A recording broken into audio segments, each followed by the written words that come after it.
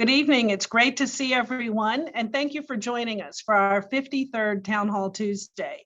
And today is March 1st. Happy Women's History Month. I'm Assemblymember Rebecca Seawright, serving the Upper East Side, Yorkville, and Roosevelt Island, and hosting tonight from the Capitol in Albany. The crisis in the Ukraine, precipitated by the violent and unremitting aggression of the Putin regime, is horribly shameful. The Russian military invasion must be loudly and continually condemned internationally so that the entire world fully understands the savage thuggery against the Ukrainian people. We must stand united as a nation without regard to a political party in supporting the strongest of sanctions against the Putin-led regime in concert with Americans' allies. Our thoughts and prayers are with the people of the Ukraine and their friends and their families. Tonight, we have a very special program lined up for you. We are spotlighting our neighborhood associations.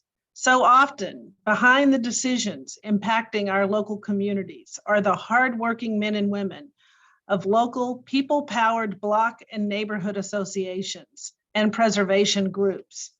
Tonight, we are joined on the panel to exchange information on their top priorities and how you can get involved with these associations. I'm going to lead off. We are joined by Barry Schneider, president of the East 60s Neighborhood Association. In the late 1990s, three couples got together to see if they could influence the MTA's decision in establishing a parking lot on the corner of the East 63rd and 2nd Avenue location. ESNA, the East 60s Neighborhood Association, was established with a close working relationship, not only with the residents, owners, and renters, but with the commercial tenants in the area.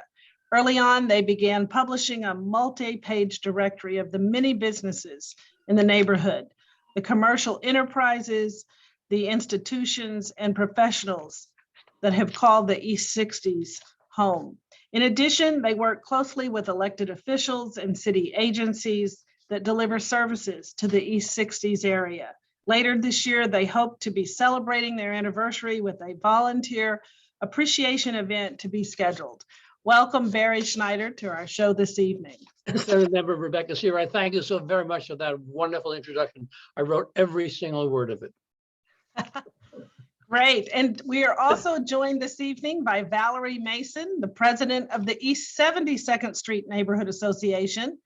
It was formed in February of 2016. Valerie is also vice chair of Community Board 8 and the co-chair of Community Board 8's Small Business Committee.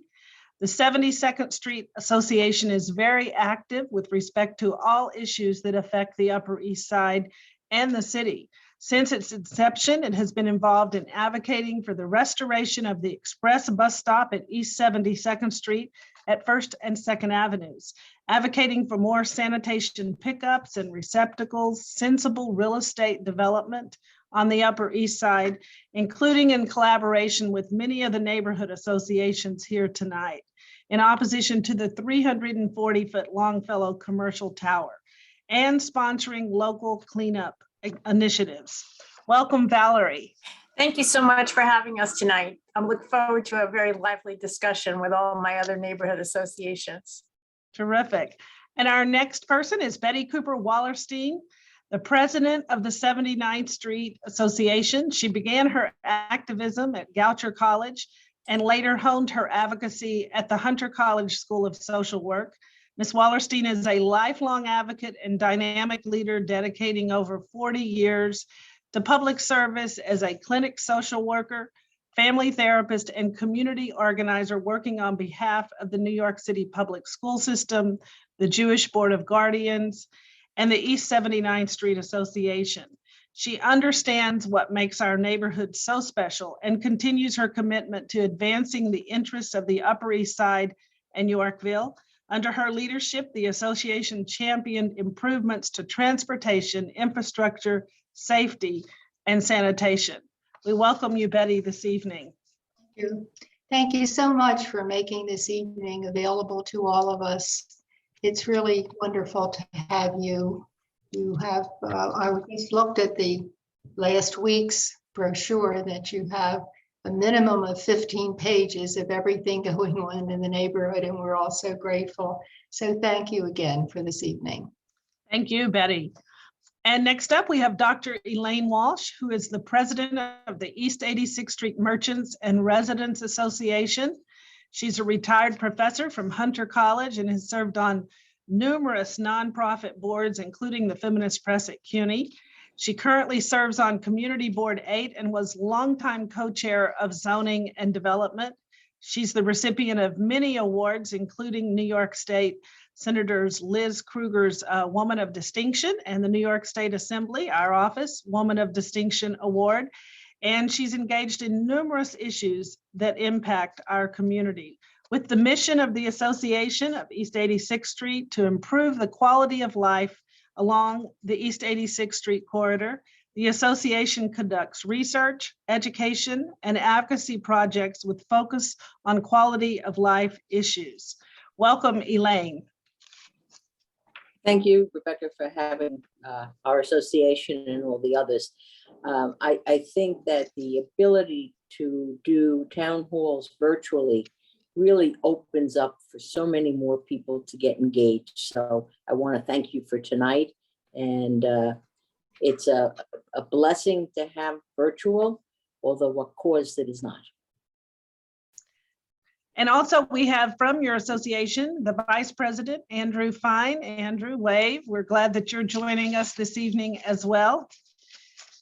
And we have Rosanna Ceruzzi as the elected president of the Roosevelt Island Residents Association, RERA, a 501c4 nonprofit formed in 1977 to give voice and advocate for the needs of the Roosevelt Island community. Just to mention a few of RERA's accomplishments over the years, they established a revenue sharing agreement with the MTA and REOC, which allowed the MetroCard implementation at the tram. They established a community policing for Roosevelt Island, which has made our community the safest in New York City. They've advocated for a resident to be elected to the REOC Board of Directors with Roosevelt Island residency requirements in 2004. This is a work in progress, and I'm proud to announce that my Roosevelt Island legislation to require certain appointments to the REOC Board be residents of Roosevelt Island recently passed the Assembly, and we're looking forward to Senator Serrano passing it in the Senate and the governor signing it into law. And Rosanna, we thank you for joining us this evening. Good evening, and thank you, Rebecca, for having us tonight. This is a tremendous opportunity for RERA also to share our thoughts with all the other association. And I would like also to wish you and all the women a happy Women's Month to everyone. Thank you for this event, which is very important to all our small organizations and associations that work so hard for our communities. Thank you, Rebecca. Thank you, Rosanna. And I often think about the wonderful cat sanctuary on Roosevelt Island that Rosanna is so involved with. Next up, we have the Executive Director, Joanna Colley, and the President, Lo Vandervalk of the Carnegie Hill Neighbors. It's a member-funded organization, participation and volunteer-based nonprofit founded in 1970 with the mission to preserve Carnegie Hill's historic landmarks and to designate as much of Carnegie Hill as historic. Over 50 plus years, they have designated more than half of the neighborhood and carved out 4 historic districts. Their ongoing preservation work is mostly concerned with supporting contextual renovations in the neighborhood, ensuring that height restrictions are adhered to, as well as the very important zoning laws. Welcome, Joanna and Lo, this evening. Hi, Rebecca. Thank you so much for having us on your town hall. We're really looking forward to it. It's our first time at one of your town halls, so hopefully we can add something beneficial from a further uptown. Yes, Terrific. likewise, we want to thank you, Rebecca, for this town hall meeting where we get to exchange our views. Carnegie Hill Neighbors' overriding concern in the long run are of course zoning issues. We're still fighting the Marx Brothers Tower and usurpation of the playground. at 2nd Avenue and 96th Street. And of course, we are all very concerned about Governor Hochul's budget proposal, which would include an uncapping of the FAR.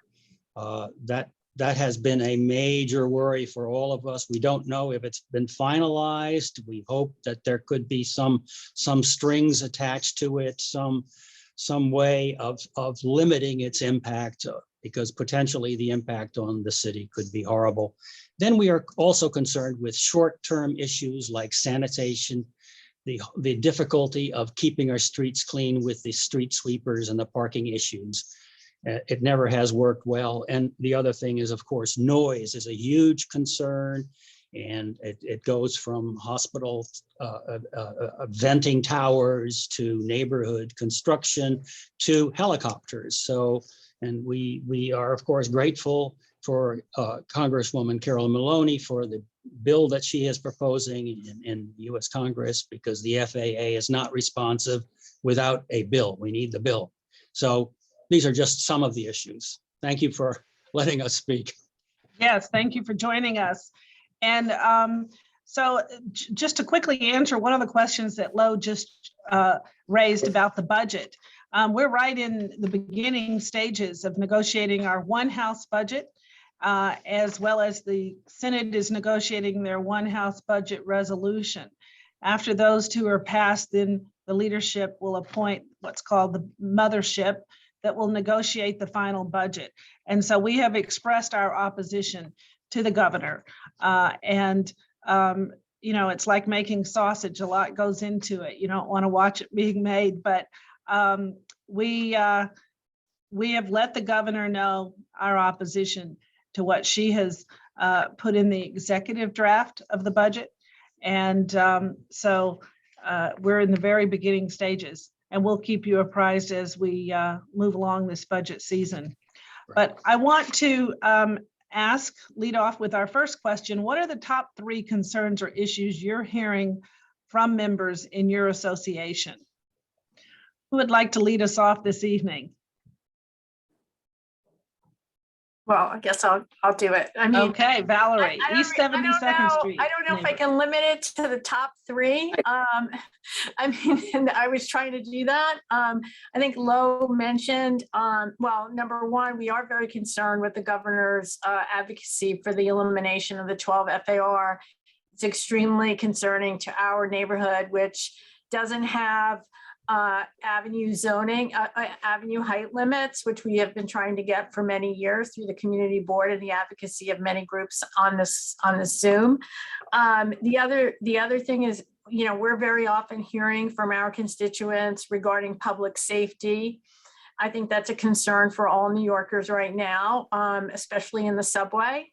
As people come back to work. I mean, today is March 1. You can see I'm in my office today. All of our staff and attorneys have come back to the city, and everyone is concerned about subway and train safety. So that is another issue. The other thing is maybe not. The other thing is, you know, look, it goes from the small to how people, there's dog poop all over our streets as of late, and people are very concerned about sanitation, always has been, always will be. And I guess I'm not going to limit it to 3, and my friends here can expand. But in terms of state concerns, this community is still very concerned about congestion pricing and the effects that it will have on our neighborhood, which is very important vis-a-vis the state budget issue. You know, Rebecca, that I am not an advocate of the congestion pricing tax that's currently on our taxi drivers. And I would hope that if there's a chance to remove that tax from the budget, because in the face of a $6 billion grant from the federal government to the MTA, I'm not really sure why that's still in there. It's a regressive tax that adversely affects very hardworking cab drivers here in New York, number 1. So I'd say that. And then the other thing, again, related to get public safety and sanitation, which is how is the change in or the vote in the city council and the move towards outdoor dining, what ramifications is that going to have for everyone in our neighborhood?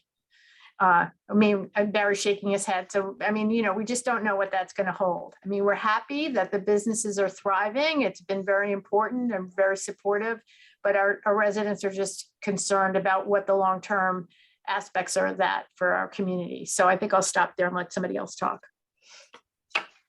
Okay, well, thank you for outlining those concerns.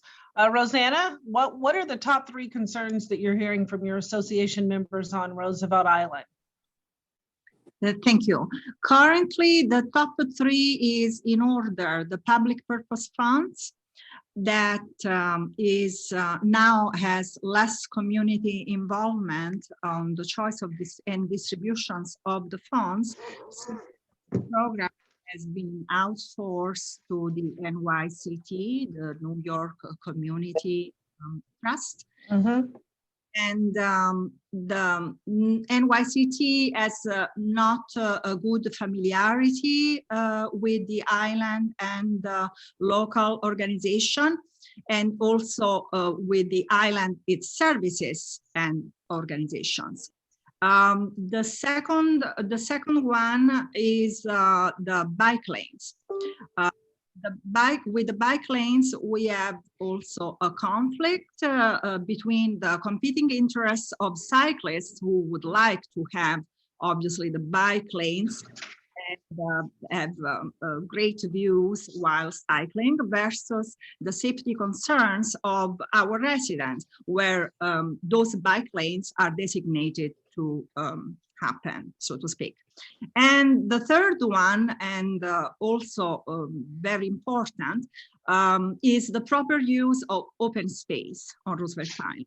And RIOC is considering expanding the parking lot area, is considering actually building a garage. And we want to make sure that that space that is not going to happen over a designated green area.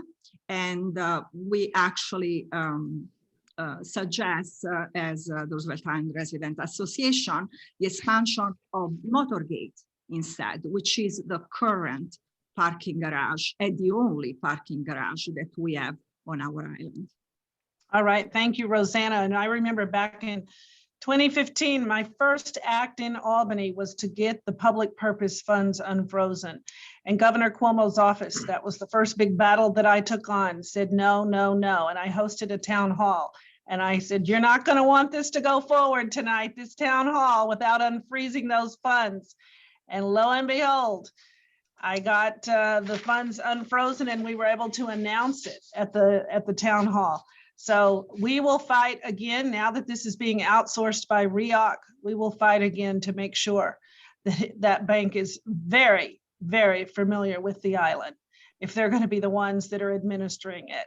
So thank you for all that you're doing. And next I want to go to Betty Cooper Wallerstein. If you could tell us the top 3 concerns that you're hearing from members in your association, the East 79th Street Association. Well, as you know, we formed 38 years ago because we had what the issue was at that time is that we had no bus service at all on York Avenue and very, very slow bus service on 79th Street. We also were very concerned about sanitation and the dirtiness of the street.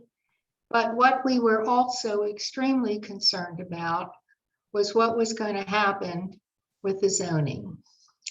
So we formed in '84, and 2 years later, Helena Rosenthal and Jeannie Bryce and I went to talk about whether or not we could do anything about the zoning on the wide streets, because we knew that there was going to be a difficult problem.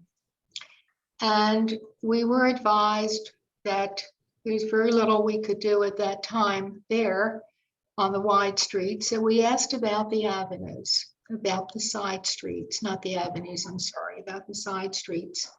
And we were able to get the 7-story, 710 zoning for all of the side streets from 72nd up to 96. And that is in great danger now because of what happened with the blood center.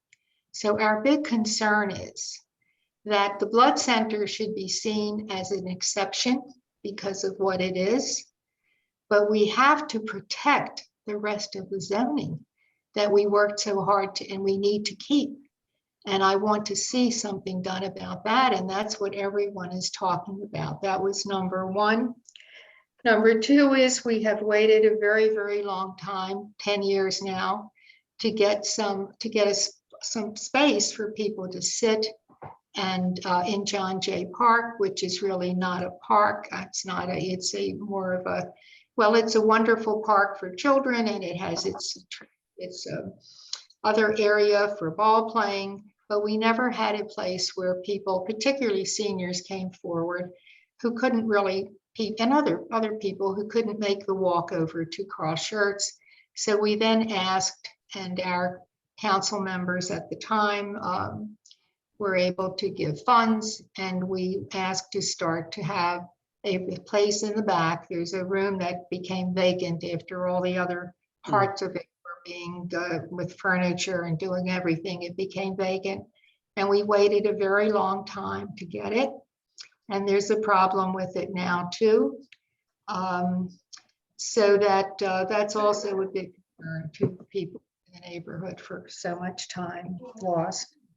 Also, what we found was we were so far from the major traffic that it was very hard for people on York Avenue to get a cab. So we did ask for, and we were able to get the first neighborhood taxi stand. And we had it for a very long time, many, many years until the pandemic, and people weren't going to work. But now we need to get it back. And so that's also a very big issue, to be able to have it. It operated Monday through Friday from 7 to 10 a.m. And it was helpful to the people going to Wall Street when they lost their Wall Street bus. But also it was for anyone who wanted to take a cab, and also they could share it if they wanted to.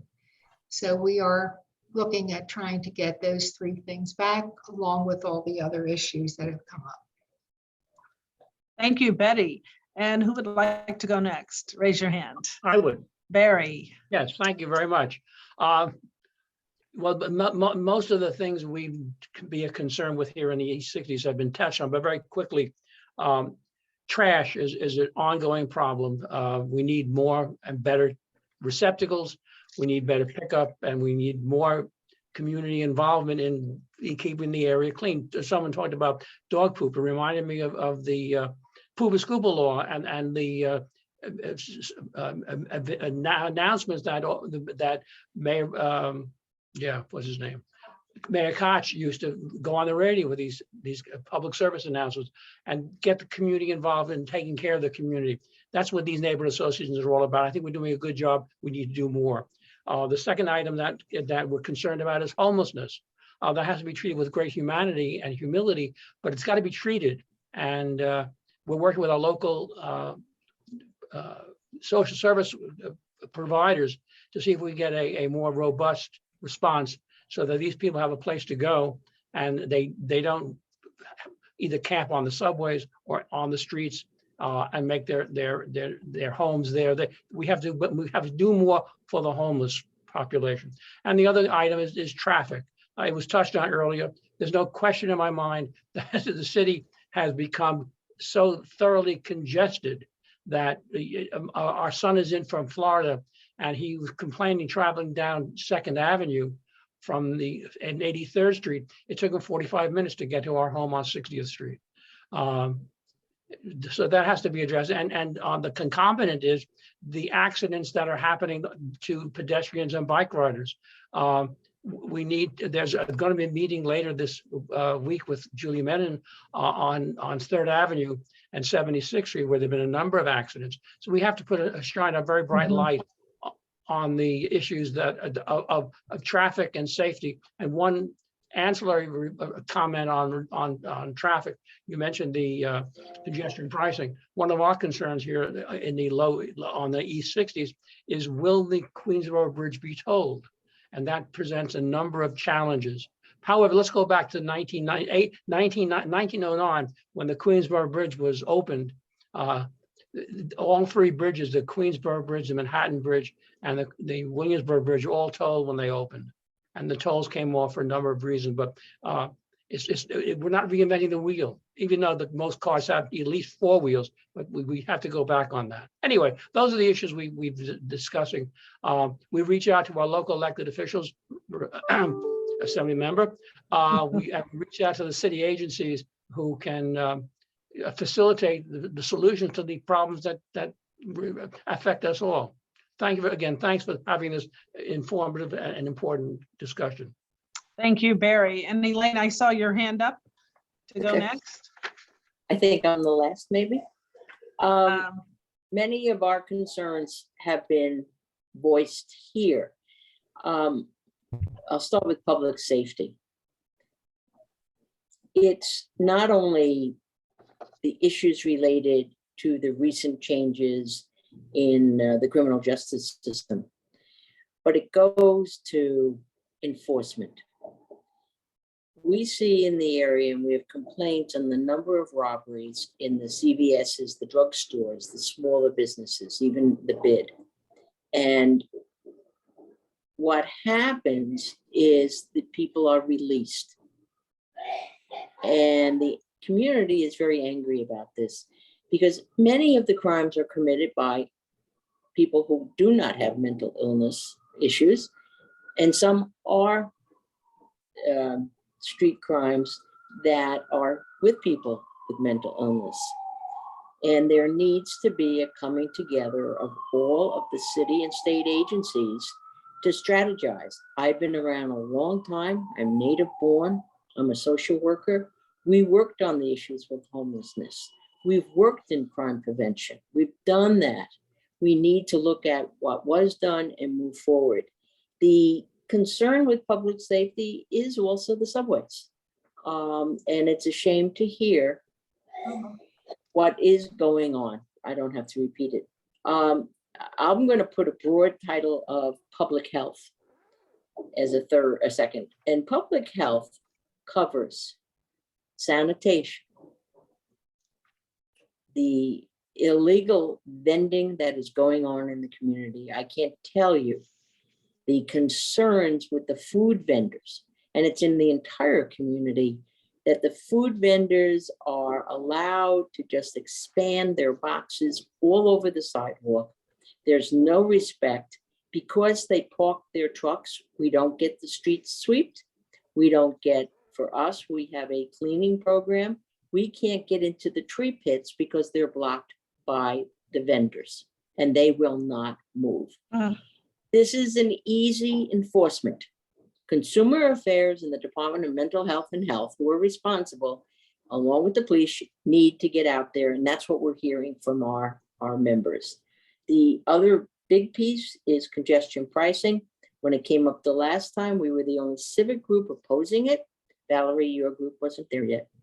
And we were successful because we identified the concerns. They are the same concerns now, the backup into our neighborhood with people not wanting to cross the 60th Street.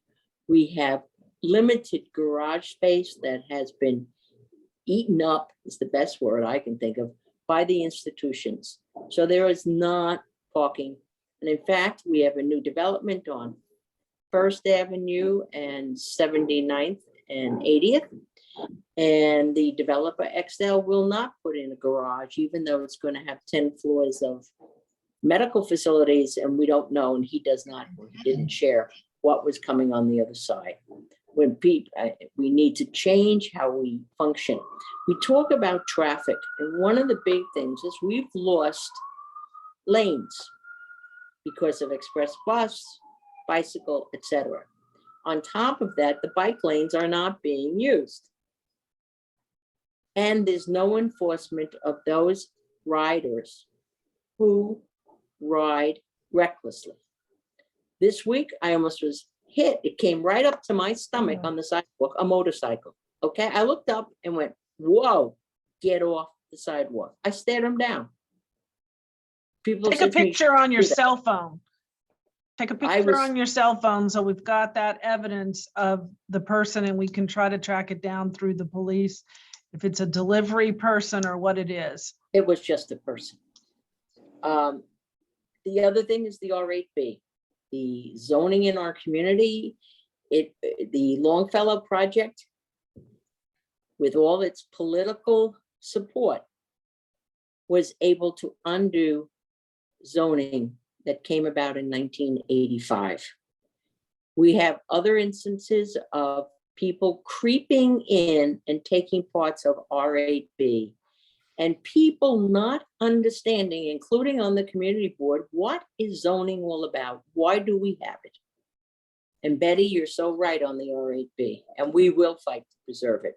But we're also looking at the zoning, and our association strongly supports the 210, because we see what is happening with the shadows and the wind tunnels from the large buildings, the tall buildings. And let me just tell you something. I don't know why somebody would want to be on the 80th floor.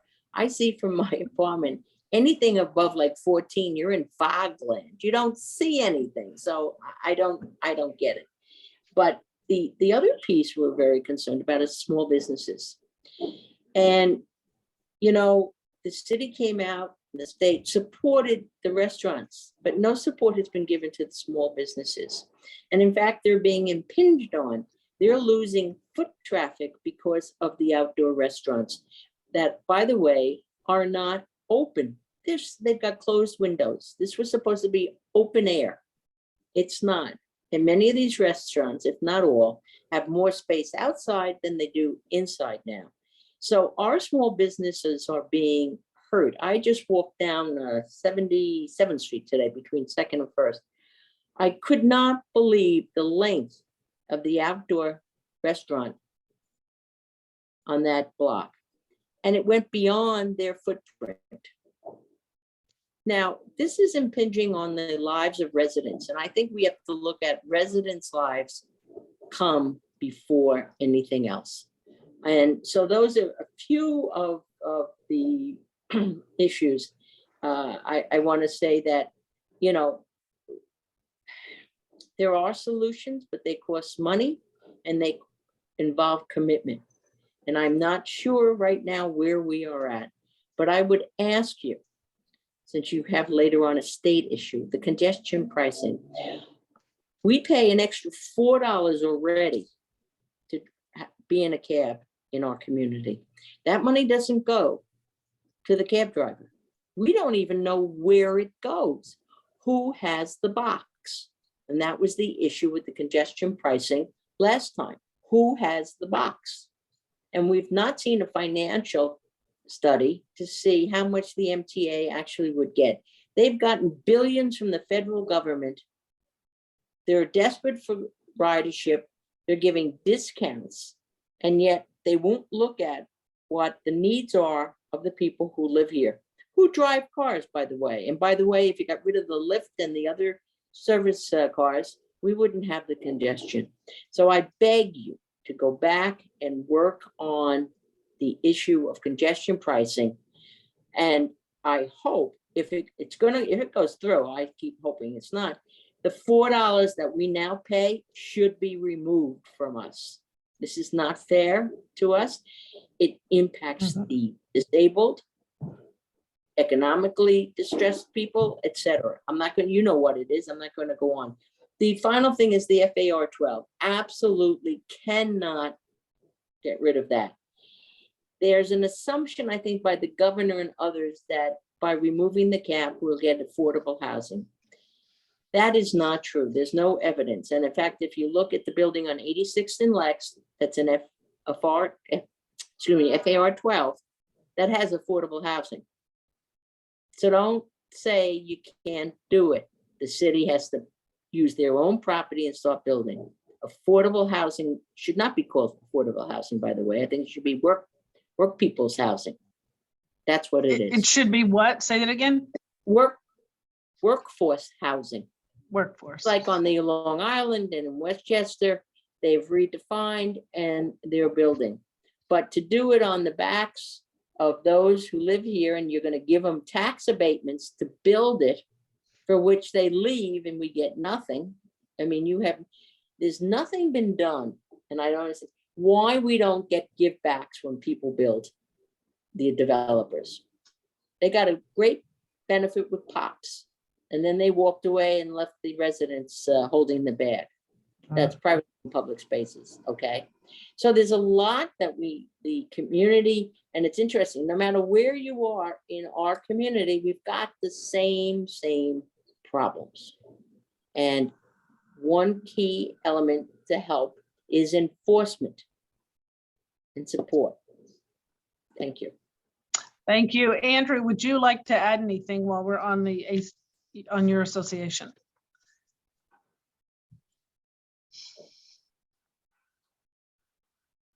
I'd be happy to chime in, and I agree with everything that all the community groups have already brought up.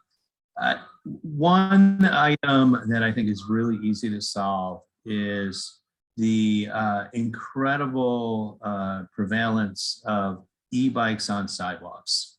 I cannot believe that more people have not been injured. I literally walked a block on the way home today from a meeting, and I was nearly clipped twice. They're going up sidewalks. They're going in the wrong direction. They're going through crosswalks, through red lights. There's no enforcement whatsoever. But the most dangerous of them all is the ones that are driving on the sidewalk at 20 to 25 miles an hour. You see small kids. I have 3 kids. I know that when they were little, you don't know what their next step is going to be. It could be right, left, backward, sideways. The kids, it's completely unpredictable.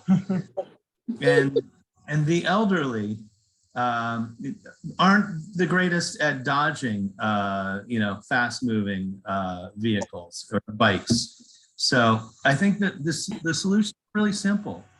You put out notice to all the delivery guys, and you say, if you drive your e-bike on the sidewalk, your e-bike will be confiscated.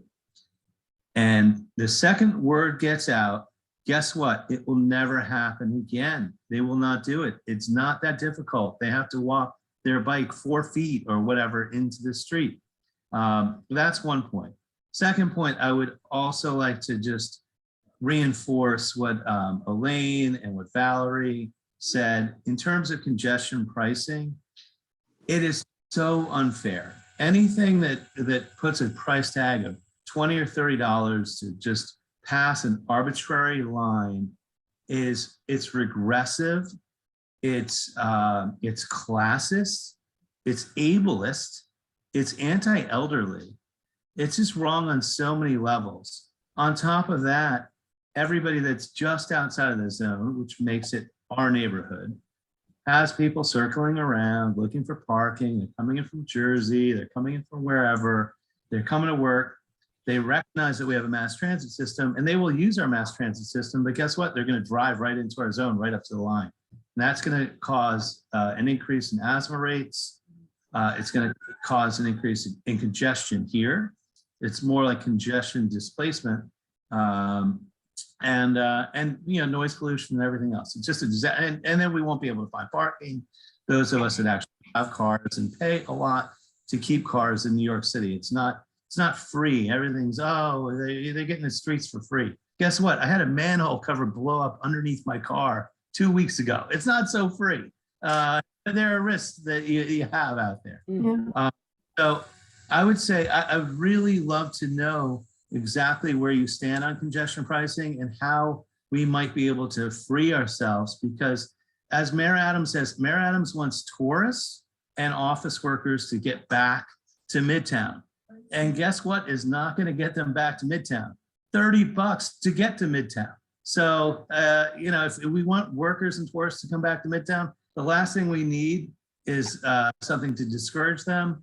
We have a congestion pricing. We have a congestion problem. The problem is we have a lack of it right now. And the last thing we want to do is discourage congestion. Thank you. Thank you, Andrew. There's a couple of And points. Joanna, you're next. Unmute. Hi, Hi, so Lo, you need to mute if I'm speaking. Okay. Lo and I are going to split the questions. He's going to take this first question. I think he did. Oh, You were- the first question, what are we most concerned about? I think Yes, I think I mentioned that in my intro, yeah, I you mentioned a mentioned a number. lot of, mhm. mentioned a number of things, and we may be concerned about the things that we see, and we may give up on the things that are very important that the city hasn't acted on, and we just throw up our arms, and those are no longer our concerns. But I think a major concern is the subway.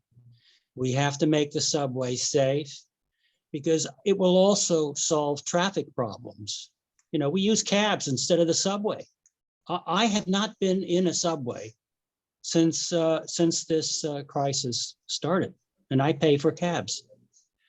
So we've got to make people feel safe in the subway. And this is something that is, of course, in the bailiwick of the MTA, and the state has influence there. Mhm. So, if we could leave you with one thought, or two thoughts. One is, of course, the uncapping of FAR 12, and the other is the subway.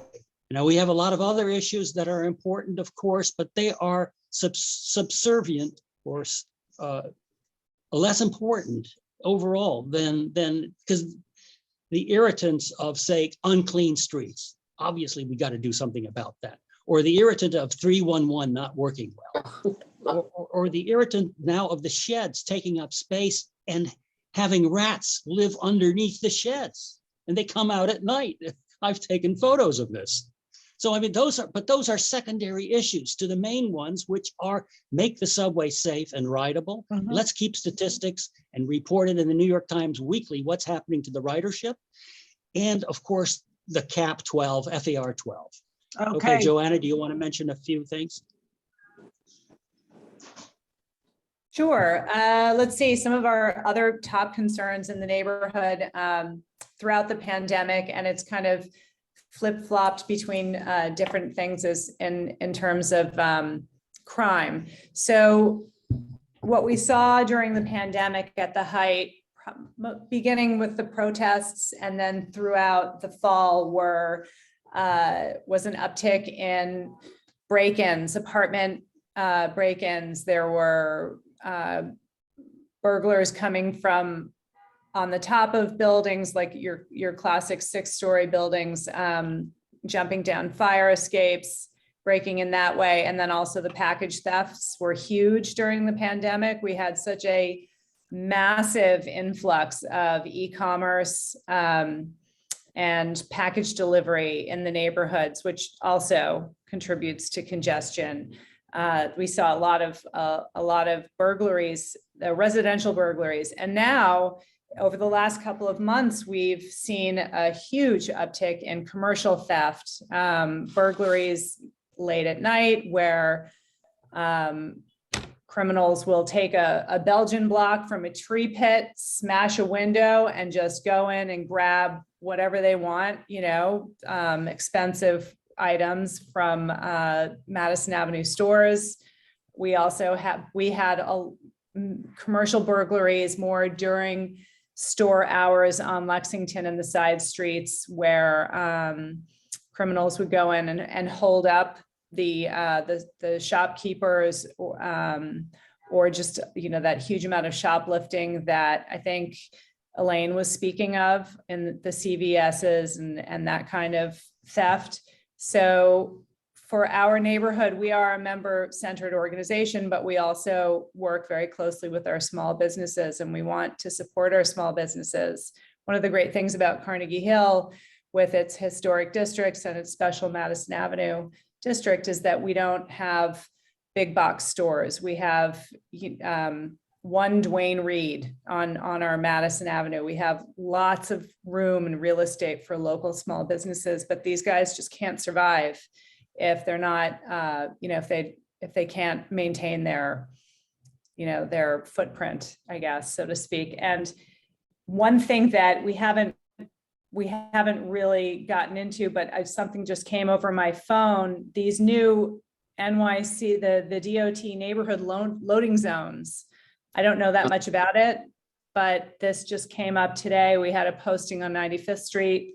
I think a neighborhood loading zone is a good thing because we have a lot of idling, noisy, loud vehicles that take up room, as Elaine was saying, on 86th Street. But this also is, I'm sure, going to pose some sort of problem taking up more real estate from, on the curbs. So I don't know if any of you have heard about this new program, let us know. I looked on their city website and we're not listed as an area, but yet we now have a couple of zones in our neighborhood.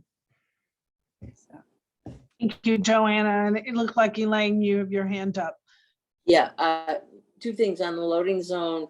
There was a hearing at the community board. They identified some on the side streets. I have no idea how they chose them because there are areas where Fresh Direct, UPS, etc., use the street as their own warehouse, but those were not identified. So I'm not sure, but I think you should raise it with the DOT. How dare they do this?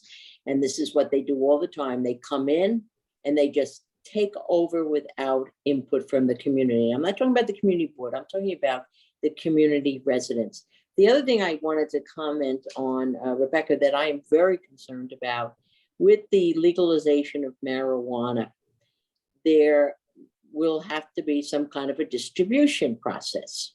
And right now we have seen on 86th and on Lexington, it's now gone up to 96th, a green truck. They're all over the city now. They're all over. I think it's Mr. Buddy's. So Elaine, during the health commissioner's Ways and Means budget hearing, I explained to her about this green weed truck. And my former colleague, Tremaine Wright, at the Management State Agency Control Agency, they, working with the police, immediately went out and then I understand the next day the truck showed up in another neighborhood. So every time we see that, we report it, and I brought it to the attention of the state commissioner.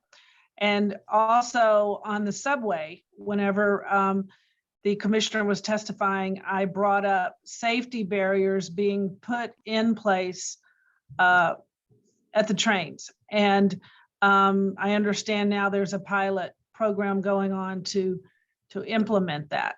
So, it's something that we've taken a photograph of the weed truck and, and we're monitoring it, we're reporting it. That's why send us pictures of violators, because we will get it taken care of. But Rebecca, could there be a possibility, because you've done a great job, and, it took a month to get the police to come and take care of Mr. Buddy, the green truck. But is there a way in the legislation or the rules and regs that you're doing that marijuana cannot be sold from a truck? First of all, they weren't vended, they had no license, but they have to be in a brick and mortar store. Well, that's what the agency is doing now, is they're promulgating the rules and setting up the procedures of what's going to be allowed and what's not. We can certainly pass along that there should not be any trucks or vans that are licensed in New York State. Happy to support that. That would be fantastic, because if we can stop that it's illegal for them to sell, because I got a nasty phone call from a lawyer on this who said he represented an X group and it was the truck. And I said, you cannot vend from a meter. You cannot sell, it's illegal. There's no law in place for it. And it wasn't a nice conversation. So I appreciate that if you could work on that, permit it, because they're all over the green trucks. I don't know how they started, but I guess they took the green from the Green Thumb program, which was the environmental. I don't know. But thank you for everything you are doing. Barry, I see you have your hand up, and Andrew, were you raising your hand that you were agreeing with Elaine, or okay? Yes, thank you. Very quickly, Joanna, tomorrow evening at 6:30, the Transportation Committee is meeting via Zoom. Every month they meet on the first Wednesday of the month. Bring up your issues regarding the loading zones. They've had discussions. They want to hear more. And I think tomorrow night, 6:30, Zoom, Transportation Committee, do that. Number two, Thank you. Andrew, I'm leaving in 6 minutes to go to the 19th Precinct Community Council. I will mention your suggestion about removing just stopping the bike or the motorcycles on sidewalks and confiscating them. I'll see how far that goes. You all should join at 7 o'clock this evening, 19th Precinct Community Council. Then if you really want to inflict pain on yourself, go at 7 o'clock, go to the excuse me, the Build a Block meeting of the Sector B, and that's when 7 to 8, and then you can take a nap. Thank you. Or listen to the president. Lo, you have your hand up. Yes, I like the suggestion that that Elaine made, no marijuana sales from a street truck. But that should be expanded to say no distribution, because we had the experience with that truck that says, I take contributions, but I don't sell marijuana, I give it free. So that's a device to get around that. So we need no distribution whatsoever. And then the other point on streets is we want to work out. I'll drop my comment on that. It's less important. Thank you. Yeah, just to add really quickly to Lo on the weed truck. The weed truck up here, we've done some research and it's illegal. It has no license.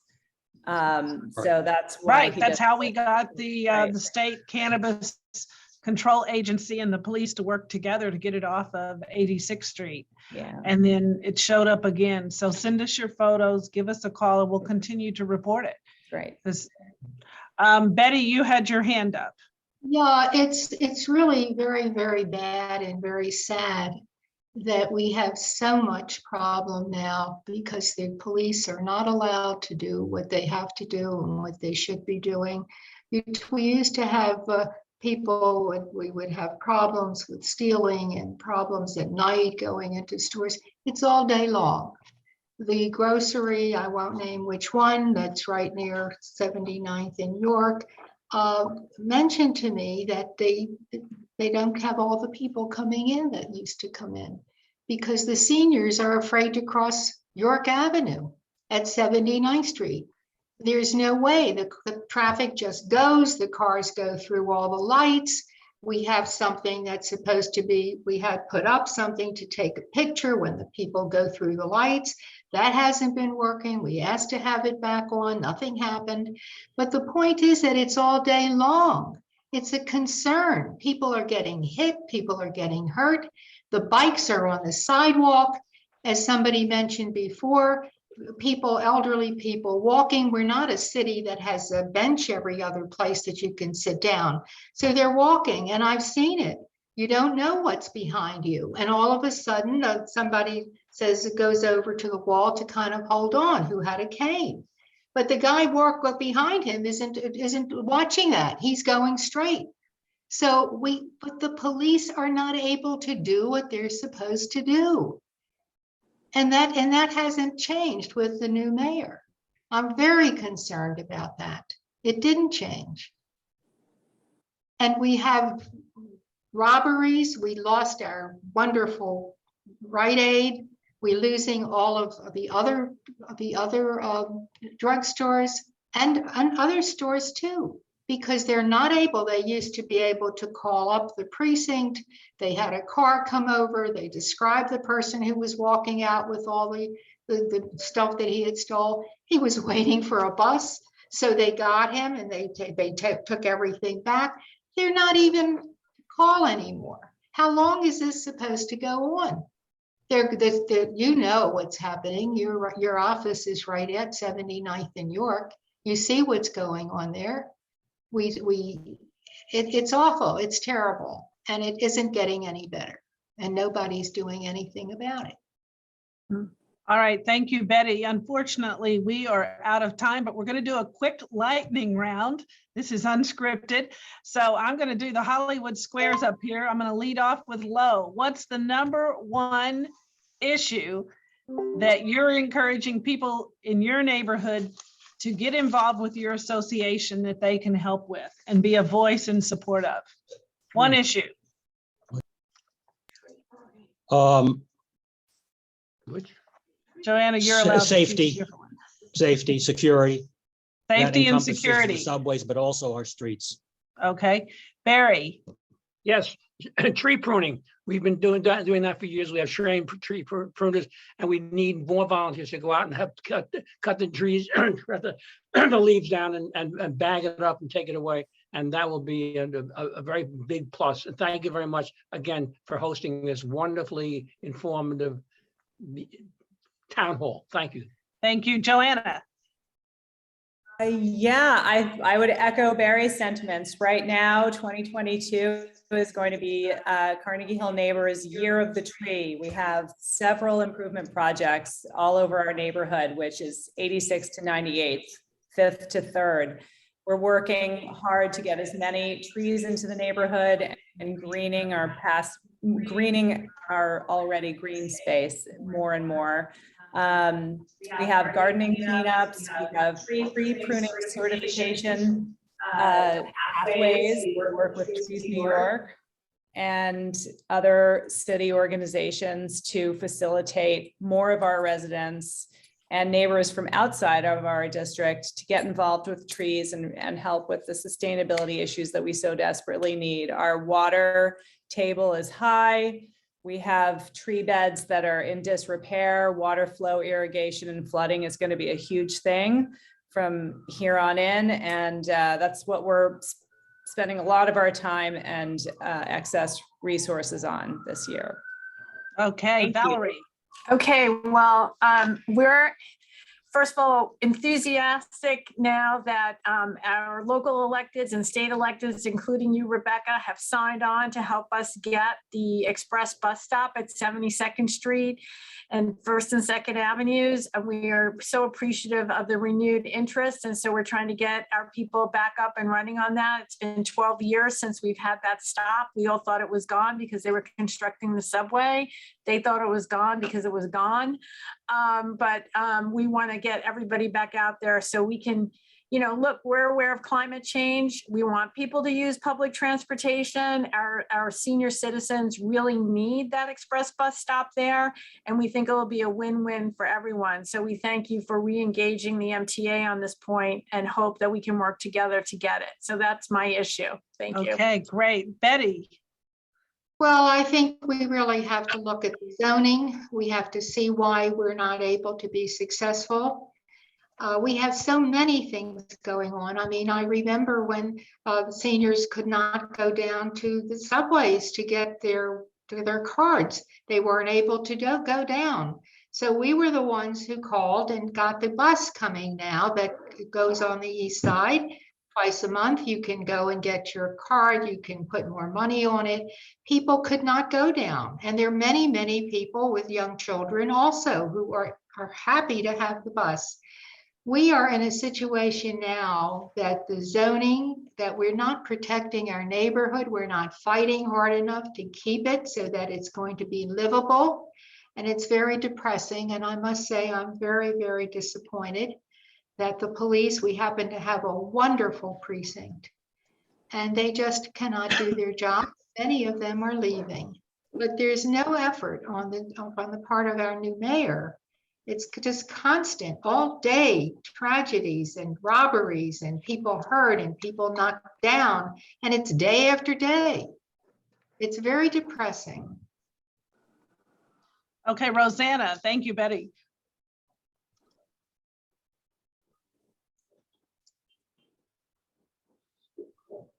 Rosanna, the number one issue in our lightning round here. Okay.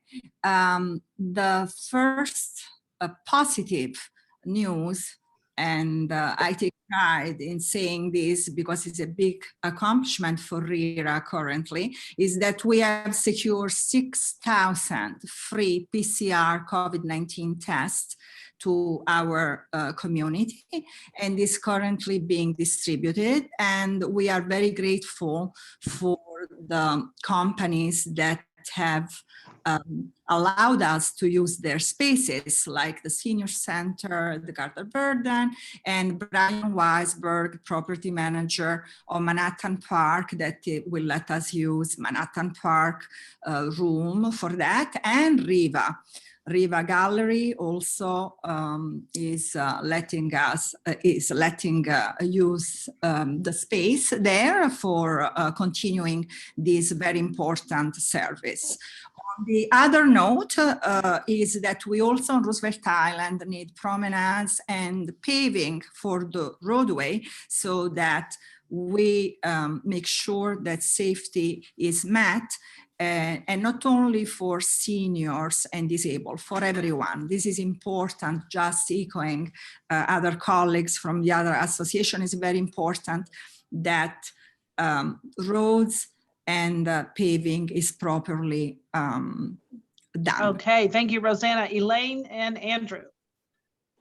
One, I like to say the work we're doing with the planting of trees, we could use some volunteers.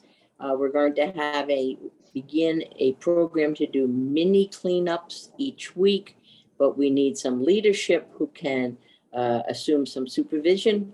And this would be to continue the beautification and go down the avenues or up the avenues. I think that's important. I'd like to see the police walk the beat. I haven't seen a cop, Right. God knows how many years.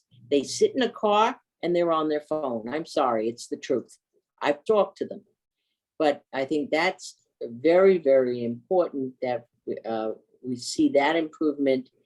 And as far as what the we have done during COVID has been massive distribution with elected officials of masks, et cetera, and also on our own. And Andrew has taken the leadership on that, and he's done a fantastic job. But we could use some volunteers to do this. The big thing I need to see, I'm going to be honest, it's been since 2004, the vendor situation must change. These are health violations. I don't know why people buy from a vendor when they don't know where they've been, and the food is on the sidewalk. It's a total health violation. It's a public health safety thing. So I'd like to, see that. And I think with your leadership, we will not see the FAR cap gone, and we will stop congestion pricing. So I look forward to your leadership on that. All right. Thank you, Elaine. I want to thank you to all of our guest speakers for joining us this evening, and to our viewers for tuning in to Town Hall Tuesday. I know in the chat there's some questions that have come in. We'll answer all of your questions, as well as list how you can get involved in each of these associations. I want to ask that you please consider nominating a woman of distinction in our community for our awards ceremony taking place on Wednesday, March 16th at 7 p.m. on Zoom. If you need more information on the programs that we discussed tonight, please don't hesitate to reach out to our office at 212-288-4607 or by email at cwriter@nyassembly.gov, or visit our district office, a storefront office right near the post office at 1485 York Avenue between 78th and 79th Street. And please take advantage of our no-cost notary service and our Tuesday free pro bono housing legal clinic. A lot of the banks are no longer doing notaries, and so we average about 20-25 that we do for the community each day. We also ask you to stop by our office if you're in need of any PPE or home test kits. We're distributing on Thursday from 12 to 2 at our weekly PPE giveaway. Thank you all. Stay safe, and I encourage you to jump on to the 19th precinct meeting tonight that started a few minutes ago. Thank you all for joining us, and have a great evening. Thanks so much, Rebecca. Thank you.